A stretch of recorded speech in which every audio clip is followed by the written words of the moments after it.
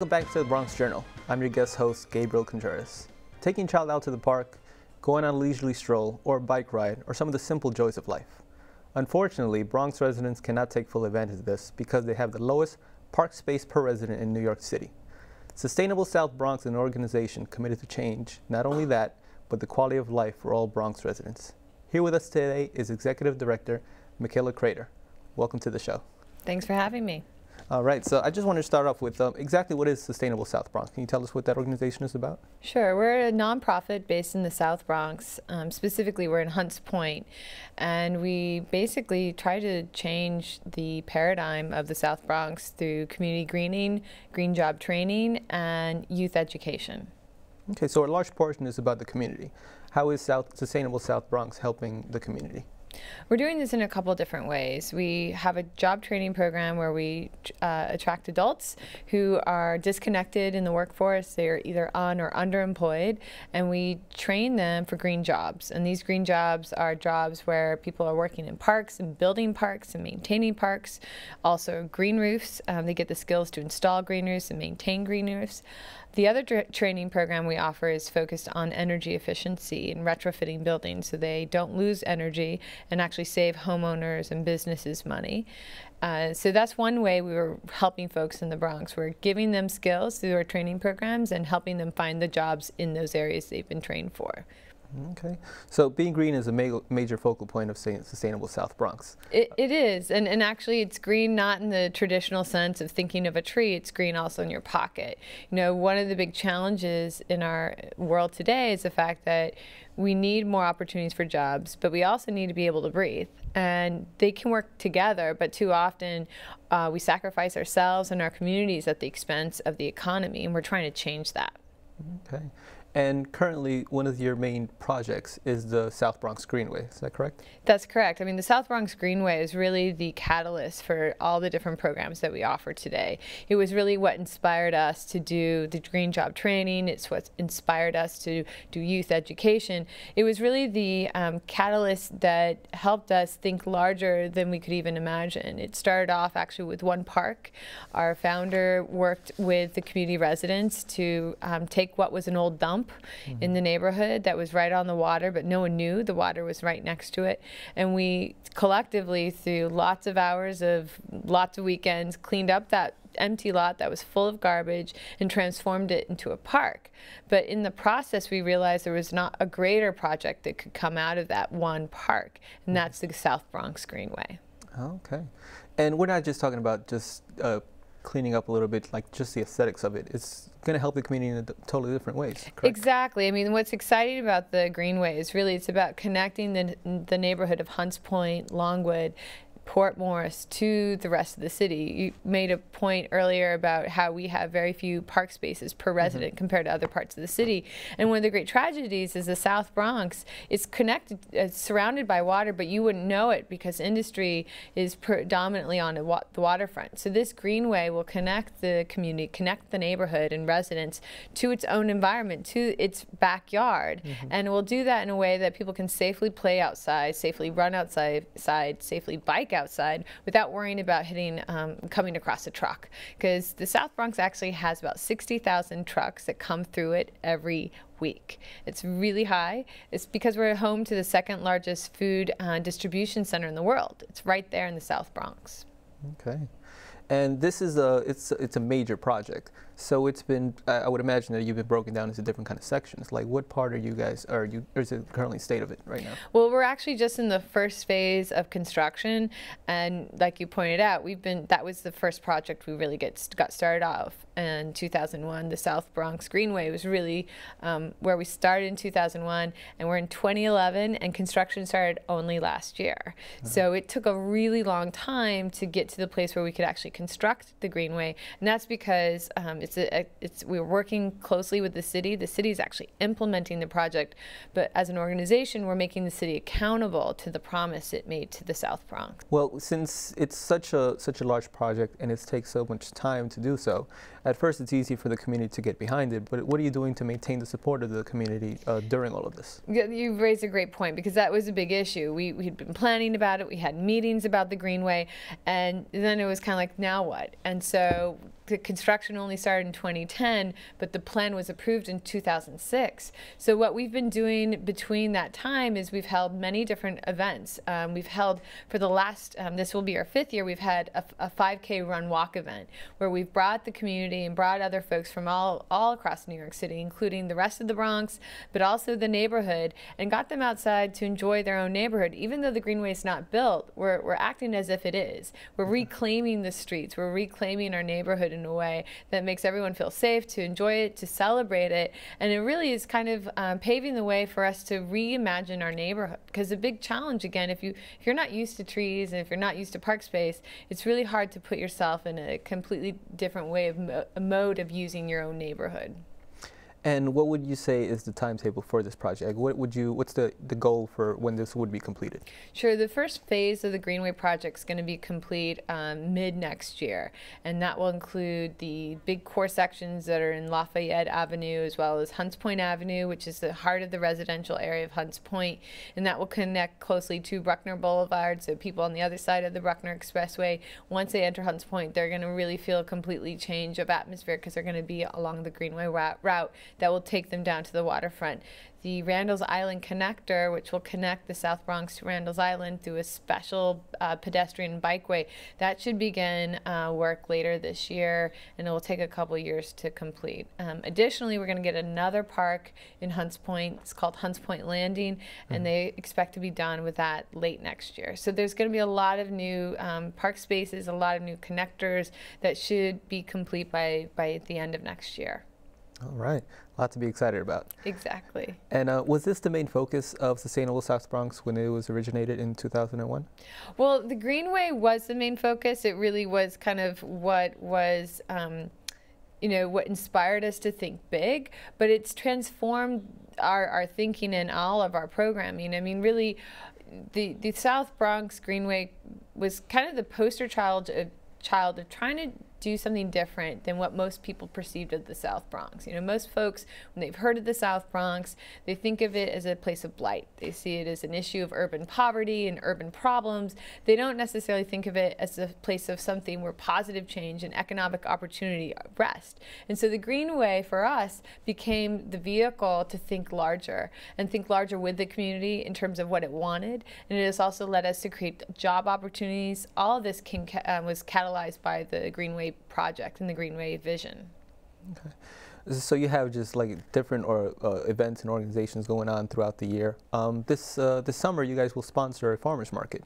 Like, do you think that there's enough farmers market going on for the public, or what are your thoughts on that? Well, the farmers market is really critical in the sense that there's a lot of different opportunities to buy local, farm fresh food, but folks in the South Bronx oftentimes don't have access to that. So we wanted to connect to new farmers markets to encourage them to increase the opportunity for Bronx residents to get quality food at affordable prices. So what's really critical is that a lot of the farmers markets accept food stamps and other ways to reduce the cost of fresh food. Because, the real challenge is, in the South Bronx in particular, in the Bronx actually, we have significant food deserts. And food deserts are basically places where it's very difficult to find quality food. And so partly the idea behind sponsoring and acknowledging and connecting people to farmers markets is so that they can have the opportunity to buy quality food at affordable prices. And another event that you guys are a part of, this past Mother's Day weekend, you guys held an event. Correct? Yeah, we were really blessed. A fashion designer named Eileen Fisher, who designs women's clothes, she has always had a real sustainable bent to her business practice. Her company invited us to participate in an event that she was holding last Mother's Day weekend that was really thinking about the environment and also thinking of the power of women to play a role in that. And so as a woman designer, as a woman-owned led company, it was really, to be a fellow woman and thinking about the environment, it was really a great, exciting moment for Sustainable South Bronx that we got the recognition on a very important place and a very important platform by a fashion designer that, typically wouldn't necessarily think of a small place in New York City like the South Bronx. But we were, put up front center, given our moment, and we got some great response to the work we're doing, and hopefully those relationships will continue. Okay.